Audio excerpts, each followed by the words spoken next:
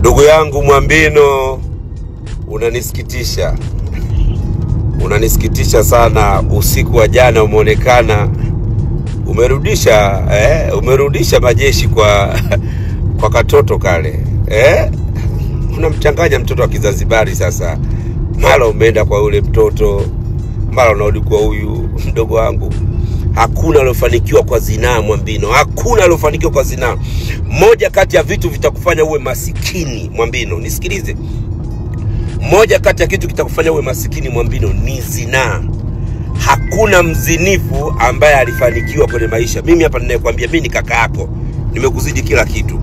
Hakuna aliyefanikiwa kwa zinaa. Fuatilia maisha ya kaumu Lutu.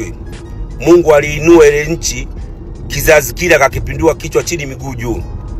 Hakuna aliyofanikiwa kwa uzinifu. Na unajua ndugu yangu Mwambino, unanisikitisha. Unanisikitisha sana. Usiku wa jana umeonekana umerudisha majeshi kwa katoto kale. Unamchanganya mtoto wa Kizanzibari sasa. Mara umeenda kwa ule mtoto, mara unarudi kwa huyu mdogo wangu. Hakuna alofanikiwa kwa zinaa Mwambino. Hakuna alofanikiwa kwa zinaa. Moja kati ya vitu vitakufanya uwe masikini Mwambino, nisikilize. Moja kati ya kitu kitakufanya uwe masikini Mwambino ni zinaa. Hakuna mzinifu ambaye alifanikiwa kwenye maisha. Mimi hapa ninayekwambia, mimi ni kaka yako, nimekuzidi kila kitu. Hakuna aliyefanikiwa kwa zinaa. Fuatilia maisha ya kaumu Lutu. Mungu aliinua ile nchi, kizazi kile akakipindua kichwa chini miguu juu. Hakuna aliyofanikiwa kwa uzinifu. Na unajua ndugu yangu Mwambino, unanisikitisha. Unanisikitisha sana. Usiku wa jana umeonekana umerudisha majeshi kwa katoto kale.